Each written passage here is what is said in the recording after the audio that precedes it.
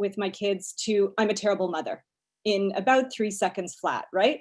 And so instead of just saying, hey, I lost my temper there, what can I do to not do that again or observe it, I would get really caught up in it and go down this road where I was a terrible mother and my children wouldn't talk to me when they were adults. And, we sort of over-identify with what happens. So mindfulness is the first element of self-compassion. The second element of self-compassion is common humanity. Often when we struggle, when we go through tough emotional times, we feel really isolated. We may actually be isolated too. And this is particularly important right now during the pandemic, right? We feel isolated. Sometimes we are actually isolated. And in fact, part of the human condition is to suffer, right? So we have this in common with every other human being in the world. We all go through tough times, right? There's a variety of tough times. Some are tougher, some are merely petty annoyances, but this is something we share. And we can forget that when we are going through a hard time. We feel very isolated and very alone. So the second element of self-compassion is tapping into that common humanity. And then finally, the third element is self-kindness. And we touched on this earlier with the poll question. Self-kindness is being kind to yourself instead of being self-critical. And so those are the three elements of self-compassion. And the benefits are, there's great research on this, and Kristen Neff does wonderful things, and lots of other people now too. As you mentioned, there's been a big increase in research on self-compassion. It's strongly associated with fewer negative states like depression and anxiety, stress, and shame. Shame's a really hard one, but self-compassion really can help people work through shame. Also there's been some research done on negative body image. And in fact that, decreased negative body image is also a result of self-compassion practice. And it's strongly linked to the more positive states like increased happiness and overall life satisfaction and optimism, which could be especially important going into this winter. Curiously, it's not associated only with these mental states, but it's also strongly associated with better physical well-being. So it's really interesting that mindful self-compassion improves, not only your mental health, but your physical health as well. And I don't know if there are any healthcare professionals who are here today, but it's also shown, there's been quite a bit of research done on healthcare professionals and self-compassion, and it's shown to decrease burnout in the area of healthcare professionals, which is something that is particularly important right now. Compassion fatigue. Yeah, exactly. Right, I'm getting out of that. So is it a smart move that we see by our health professionals and our provinces and more globally when some of the themes around COVID-19 is we're in this together? It sounds like a common humanity kind of teaching. Yes, it is. And I have no idea if it's deliberate or not, but when I first started hearing that, I'm like, yes, this is good. Yeah. Great. Okay. That pro-social behavior, right? That's important. I know people are curious to learn. People are always curious about the tips and the strategies and how to do self-compassion. Before we go there and into a bit of an activity, I'm curious about some of the myths of self-compassion, if you can start to talk to that. Absolutely. So one of the biggest myths is that self-compassion is weak, right? That it's going to make you like smushy and mushy and maybe all Pollyanna-ish, and you're going to lose all your motivation and you're just going to sit around and be like, oh, poor me. Okay. Totally not the case. So let's address the first one, that self-compassion is weak. It's actually a strength that offers resilience when you're faced with difficulties. So people who are self-compassionate are more resilient. They are better able to cope with really difficult life situations like divorce or chronic pain or trauma. And really, for the pandemic, it's a trauma event, right? So self-compassion can really resource us to move through this in a healthy way. People also worry that it's selfish, right? But that's, again, not the case. Self-compassionate people tend to be more caring. They're more supportive in romantic relationships. They're more likely to compromise in relationship conflicts, so they have less conflict. And they're more compassionate towards others. So people are like, oh, it's going to be selfish. I'm going to be focused on me, me, me. No, you're going to resource yourself so you have more to give to others. In terms of self-indulgence, right? It's like, what's an example? Like a compassionate mother, right? Doesn't let, she's compassionate, but you know, I'm compassionate, I think, with my kids, but I'm not going to just let them eat ice cream for dinner all the time. I'm going to make sure they eat their vegetables too, right? So research shows us that self-compassionate people engage in healthier behaviors like exercise and eating well and even going to the doctor more regularly. So it's, you know, it's not self-indulgent. And then the last one, particularly if we're talking about bringing self-compassion into the workplace, that it's going to undermine motivation. And we'll get into that in a bit more detail later. But in fact, it's a more effective motivator than self-criticism and fear. It's just that we're not used to it. So many of us have been motivated by criticism and by fear. But you know, research shows us that self-compassionate people actually have high personal standards. They just don't beat themselves up when they fail. And in fact, they're more resilient. They're better able, they're less afraid of failure, and they're better able to, what's the word that gets used all the time now? To pivot in the face of failure and keep going, right? We've heard all kinds of stuff in business about, you know, you got to be agile and ready to pivot. And self-compassion helps you be able to do that, to persist. If you fail or if something's gone wrong, you're more able to turn and keep going instead of just like giving up. So yeah, those are my favorite myths to bust. That's great. And I'm sure everybody is enjoying our conversation so far. If there are questions that are coming up for you, please don't hesitate to put it into the chat. I'm feeling the need to ask you, Erin, about an exercise. Can we do a little exercise with everybody? So everybody showed up for today's session. Everybody deserves to do a bit of a practice, perhaps. Absolutely. Hopefully we're gonna do two. So here's a short one. And we're gonna do this to get in touch with our self-compassionate voice. Okay, so this is gonna set us up for a conversation about working more with the inner critic. So maybe you can bring up the next slide. I want everyone to think about a difficult time. So, and reflect on this, and you can write it down or you can just think about this. What do you say to a good friend when he or she or they are going through a difficult situation? Just think about that. What words do you use?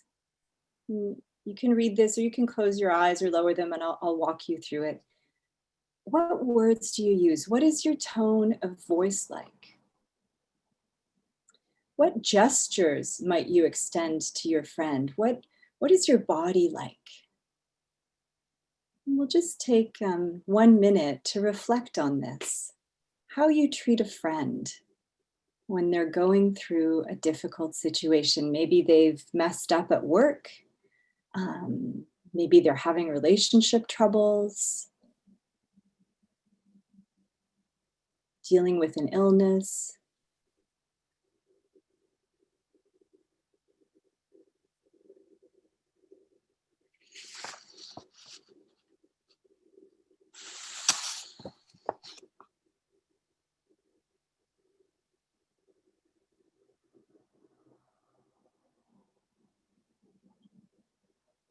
Really try to imagine what you're like in this situation.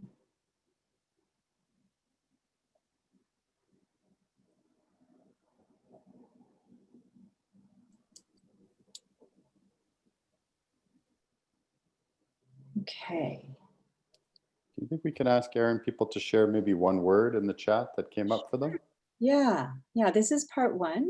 And then there's a second part to the exercise. Okay, let's have a look here. What have you got? Tenderness, offer a hug, gentle. Oh, beautiful. Yeah. Soft, sympathetic, listen, empathetic, patience, reframe, reflect, hearing. Yeah. Eye contact. Wow, these are great. They're whipping by a really fast time. Beautiful. Yeah. Oh, this is really nice. Okay. Great. So let's um beautiful. Yeah, you're all really good friends, right? Yeah. You're very compassionate. So let's go to the second part of this exercise. And now settle in again. And again, you could close or lower your eyes and imagine yourself in a difficult situation. Nothing too big. On a scale of 1 to 10, let's keep this, keep this around a 3-ish. Okay. What do you say to yourself when you're going through a difficult situation? What words do you say? What's your tone of voice like? What's your posture like? Yeah, okay. So people are going ahead and popping this right in the chat. You can pause if you wish. This is great though. I love the participation. Yeah. Stupid, stupid, stupid. Pick up the pace, get yourself together. You're stiff. Pay attention. Should have tried harder. Why am I like this? We've got other people. You can handle it. Buck up, Buttercup. That could be said, in a loving way, or in another way. Scrunched up shoulders. I'm just catching what I can here. This is really rich feedback. What's wrong with you? Why does this always happen to me? Just remain silent. Focus on the negative. Isolate. I'm not enough. It's not enough. Critical tone of voice. Some people have other, like, stay still for a minute and breathe. Catch yourself. Yeah.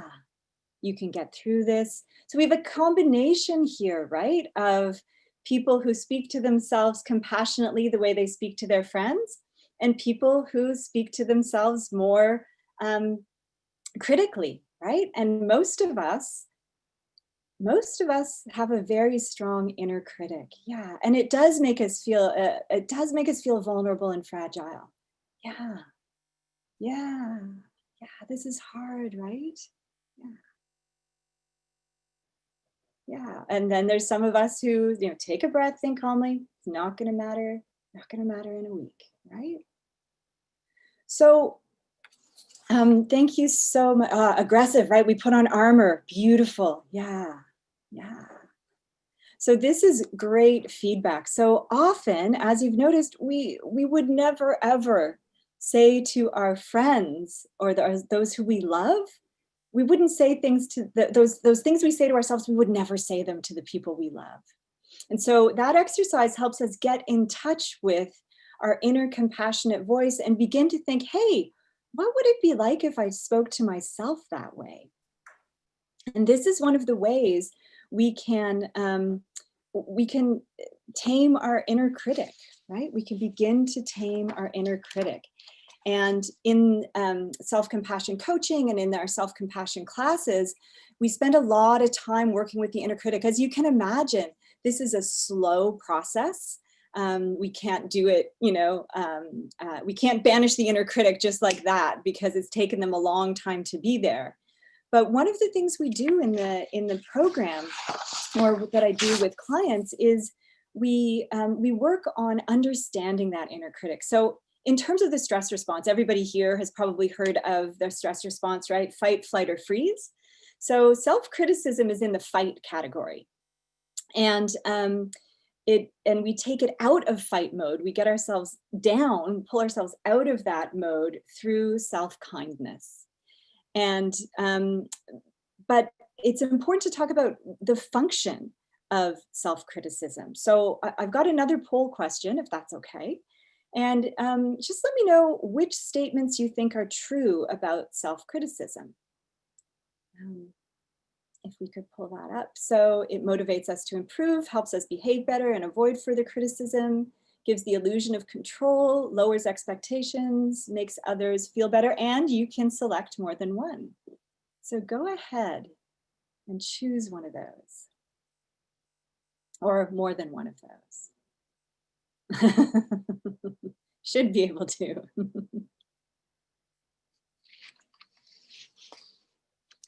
Lots of numbers moving, lots of numbers. Okay. Da-da-da. Uh-huh. I feel like we need a drum roll. We need music for the poll questions. We'll have to add that in. Still movement. So, all right. We'll close it off in just a minute so that we can share the results.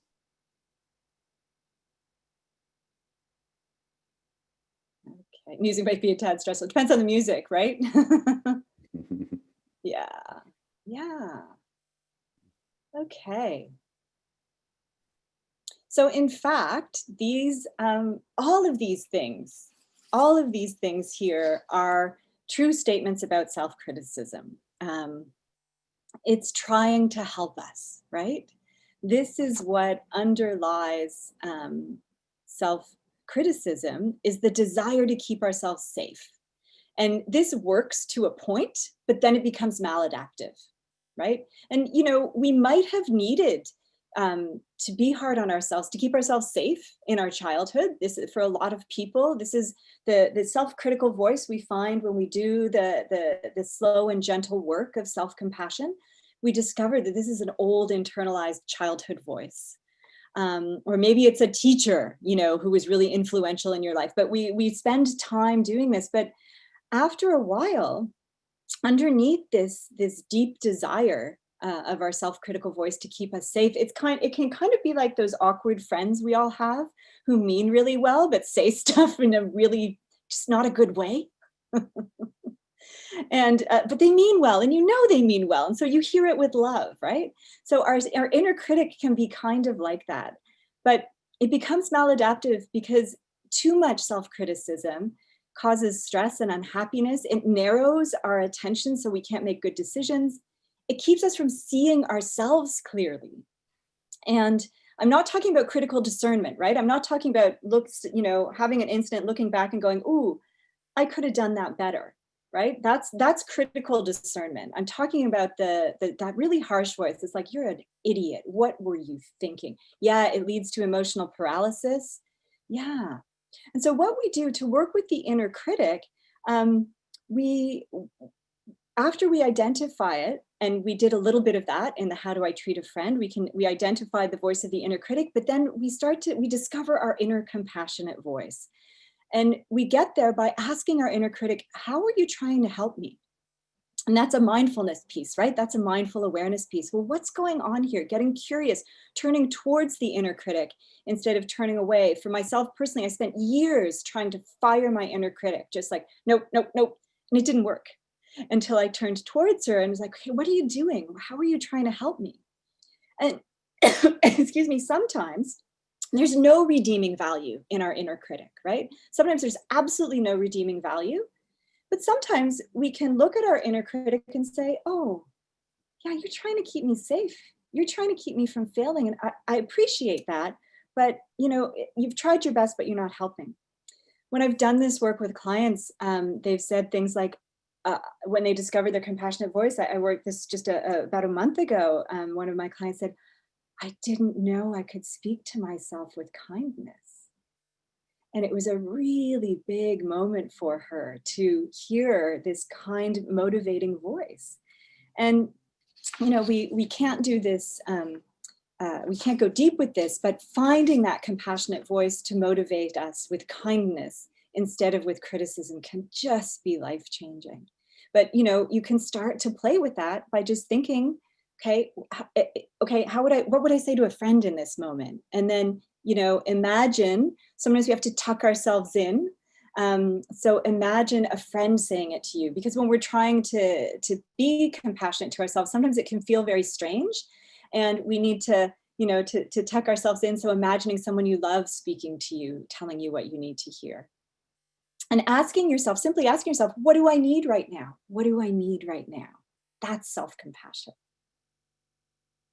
Interesting. Thank you, Erin. Huge response through that activity, and really great practical advice. How do you I really appreciate that reflection. How are you trying to help me right now, to the inner critic? And I know we had a lot of questions from people signing up for this session about the inner critic. So we hope that that was helpful for them. And it also made me think about, how do you respond, this notion about tough love. And is there a point when we're using too much self-compassion? And I know you've touched upon this a little bit in terms of the myth of self-indulgent, but how do we still hold ourselves to a high standard while still Yeah. being self-compassionate? Yeah, that's a great question. They're not mutually exclusive. Okay. So we can be both compassionate and hold high standards. And one of the ways we can do this is through acknowledging the two sides of self-compassion. So there's the soft side of self-compassion, what we might call the yin side, right, which is the caring and nurturing.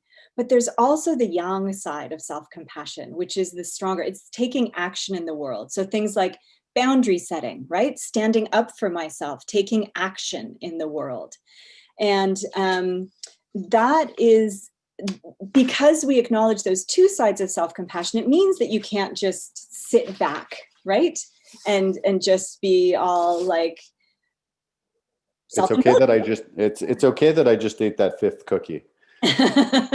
You know what? I'm honestly of the belief that sometimes you really do need that fifth cookie.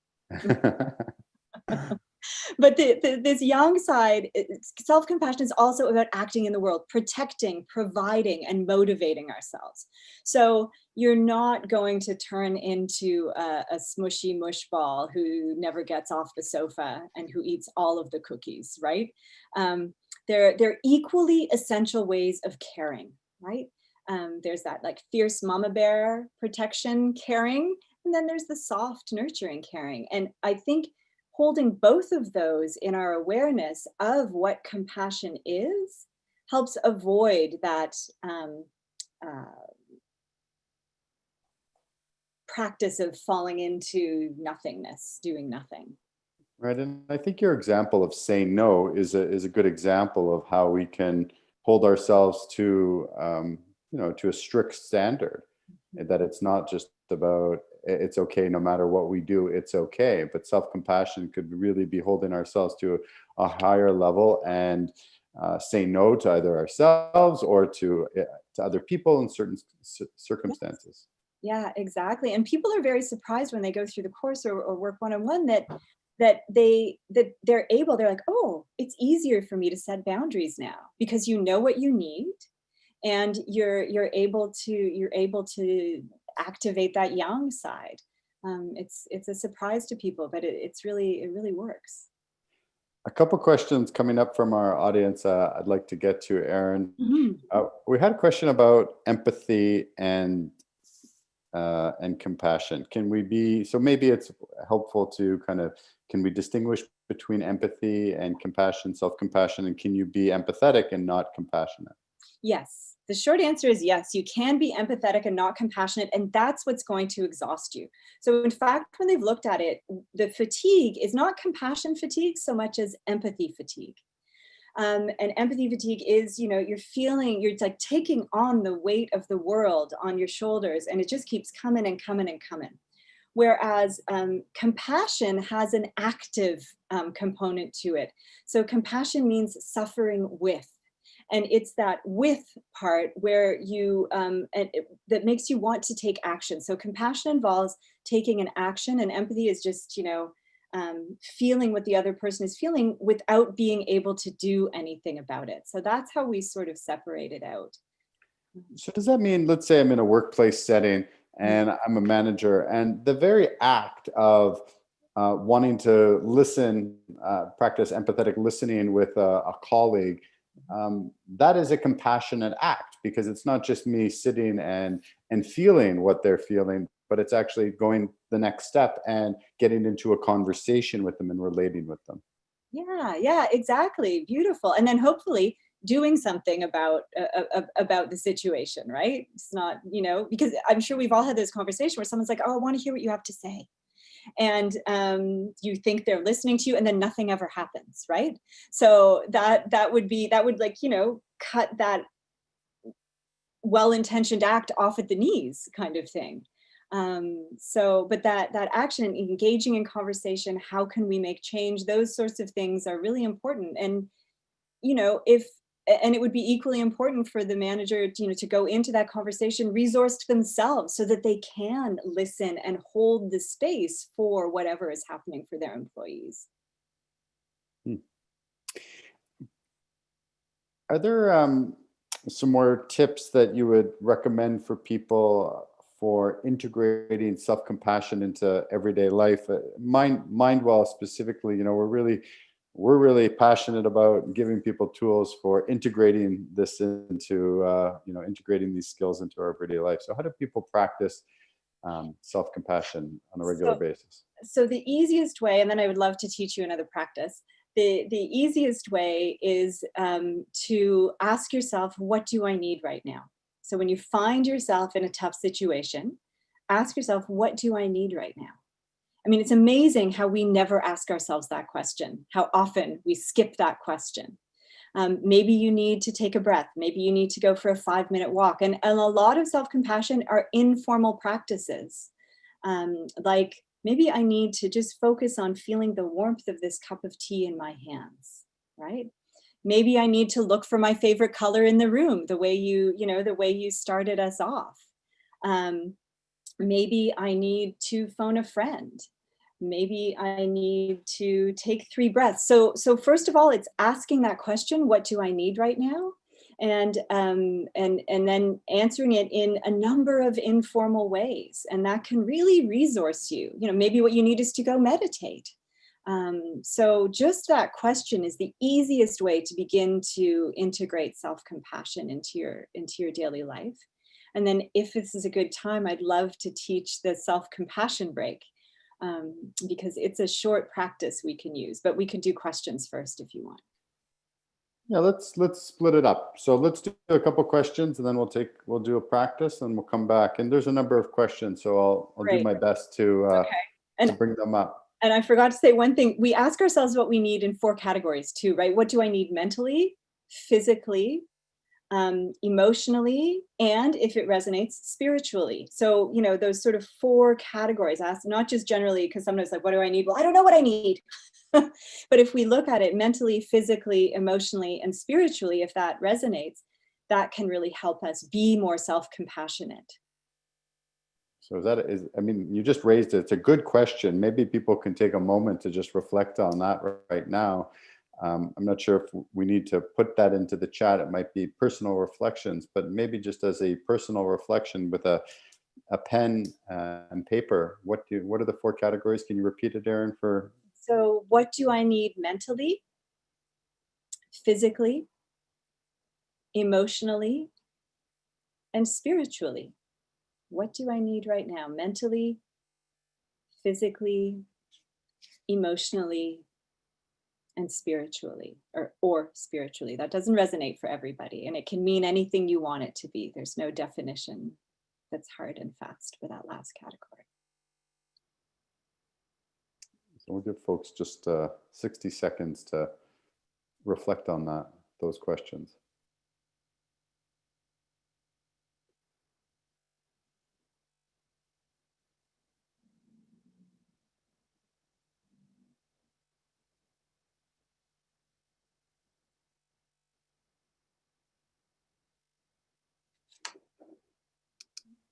Okay, thank you. We do have a couple questions rising up. Here's one, Erin. How can we be compassionate and still empower others? Great question. So how can we be compassionate to ourselves and still empower others? So I think one of the beautiful things about self-compassion is that it actually makes you more generous with others. So by being self-compassionate to yourself, you're going to have the resources to help empower others more. You're going to be able to attend to them, to empower them in a way that you weren't before, because that well of energy that you have it's not going to run dry. So I've noticed myself at the university, when I'm dealing with difficult students, the kinder I am to myself, the kinder I am to my students. And it doesn't mean I drop my standards. I have a reputation for having high standards. I don't drop my standards, but the students feel more empowered because I'm coming to them from a place of compassion, deep and real in me, and they feel it. So it's really quite amazing. Yeah. We did have a question from the audience in response to those the activity we just went through. So Okay. I'm gonna just put that one up next and Sure. see your perspective. What if you know what you need emotionally? So the response to the question, what do you need emotionally? And that need is fulfilled by someone else who's not ready to do his or their part. Okay. So that's where, again, self-compassion comes in. When we learn to be our own best friends, because that happens quite often, right? I mean, that happens more often than not. That the people we rely on don't have the resources we need them to be. And so when we can give ourselves what we need in that moment, it takes the pressure off them, but it doesn't leave us with nothing. And it's sort of difficult to talk about in general terms, but it's true that, okay, if my husband is super stressed out about something and I'm stressed out, he's not going to be able to give me what I need. But if I can pause and say, like, okay, Aaron, what you need is to, call your best friend or go for a walk or, hug one of the girls, then I can give myself what I need. And that takes the pressure off him, but it doesn't leave me being a martyr or having to sacrifice my own needs. So I hope that's helpful. It's a great question. I could talk a lot longer on it. Thank you. We've got another great question, I think, coming up about habits. And some people beat themselves up for bad habits that they can't change. So how would you respond to a question about, beating yourself up over bad habits that are So difficult to change? yeah, so self-compassion can really help motivate you to change, in fact, and taking in the good. And I've been talking mostly from my mindful self-compassion hat, but I'm going to put on my unified mindfulness hat here for a moment. There are practices that involve taking in the good and, visualizing positive outcomes, giving yourself permission to imagine that you're not doing that habit anymore, being mindful of that. There's a whole series of practices you can do in order to help motivate yourself, because the beating yourself up, that's the self-critic, and we know it doesn't work, right? We know that positive motivation is much better for succeeding and changing those habits, and you can do those incrementally. And mindfulness in general is really helpful for changing habits. Just awareness of what you're doing, dropping out the judgment, right? If we take the very classic definition of mindfulness as moment to moment, non-judgmental awareness, or non-judgmental awareness of the present moment, that when that judgment piece drops out, when that beating yourself up piece drops out, you can see a little more clearly. And from there, it's easier to then motivate yourself with kindness to make the kind of change you want to make. We've had a couple follow-up questions about empathy, fatigue, and compassion. I'm going to see if I can find them. How can you help with empathy fatigue when you feel others' emotions but can't help them? Right. Yeah, that's a great question. So again, giving yourself compassion for that, right? Giving yourself giving yourself compassion for your own suffering can help lessen some of the weight of that, right? And it depends on the context of this question. If you're feeling this because you're watching the news and you just can't take the suffering anymore, then the kind thing to yourself might be to just not watch the news for a while. I know I go through phases where I can't. I'll be listening to the news and it's just too much. I can't take the suffering, and so I I deliberately turn away from it for a while to resource myself. And I think about, okay, to make myself not suffer so much, what can I do here in my little community? right? So again, that action side, how can I protect? How can I take action, even in a small way, to make us feel like we're doing something?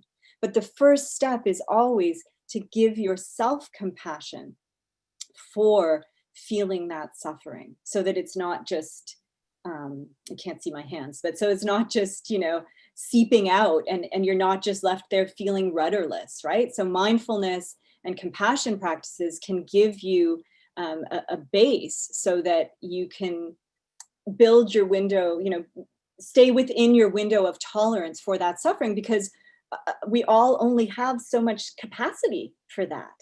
And it's okay, right? We don't need to feel guilty about that. And the more compassionate you are to yourself, the more resources you'll have for others. Thank you, Erin. We had a question right off the top around courses and university courses. I think specifically the question was about kind of in this area. And are there any kind of courses? I'm not sure if people are talking about programs or, just one-offs that people can take. Is there something that comes to mind for you? Yeah, if you go to the Center for Mindful Self-Compassion website, you can find courses in mindful self-compassion around the world. This is their 8-week program. I offer periodic courses in self-compassion, and I do one-on-one work with people. Other places to look are the Compassion Cultivation Training Center at Stanford. There's lots of great literature. Kristen Neff and Chris Germer both have books on self-compassion, and they're the founders of the Mindful Self-Compassion program. So those would be what comes at the top of my head. In terms of university courses about self-compassion, I'm not sure what's out there, but there's so much stuff out there now that's available. Yeah. Here's an interesting one. We only have a couple minutes left. I'm going to try and sneak this last one in. And we are going to share resources more in our follow-up for the session. So don't worry if you didn't get it all. We're going to get Erin to write it out for us, and we're going to share it with you. How do you differentiate between self-compassion and taking on the role of the victim? How do you differentiate self-compassion and taking on the role of the victim? So the way we do 2 minutes or less. 2 minutes or less. Okay. Great question. Complex question. I will say at the top, I cannot answer that fully. But if we think about the 3 elements of self-compassion, right? The mindfulness piece cools it down. The mindfulness piece really brings us into awareness so that we're approaching our own suffering with discernment, without a quote unquote victim mentality. And I would actually place that under that idea of becoming a victim under the self-indulgent umbrella. It seems to me in the way the question was phrased. Now, mindfulness means accepting it as it is. It doesn't mean accepting that we are a victim or accepting that this is our identity, right? And again, these are hard questions to ask, to answer in general, but it doesn't slip you into victimhood because you have the mindful awareness, which allows you to do that kind of discernment and to recognize. In fact, the compassionate thing might be for you to look at yourself and go, oh, I'm kind of being a martyr here. That's ultimately not going to make me feel good. I can acknowledge that this is a difficult situation. What can I do to make it better? What do I need to make it better right now? I don't know if it's such a great question. I need an hour for that alone. We had a good question about humor and bringing up humor to make fun of ourselves sometimes, just as if we would bring up humor if we were working with a good friend. And is that approach a good approach for us? And maybe I'm going to hold that, and I'm going to just do a little bit of a closing, Erin, and then I'm going to come back to you for a last comment, because we're just nearing the end of our session. And I just want to thank everybody. It's been such a rich session, so much activity on the chat. So thank you everybody for tuning in. It's clear that this is a topic which is top of mind, and we have a real expert joining us today to talk about it. So we're really grateful for everybody who joined us, taking the time, for Erin sharing with us her expertise, and to our whole team at MindWell for getting the word out about this webinar so that you found out about it and you're here with us. So thank you to everybody. Erin, deep gratitude for all the work that you've done to bring you to this point and to share share these teachings in such clarity. The last word goes to you. Thank you, Jeff, and everyone at MindWell-U for inviting me to do this.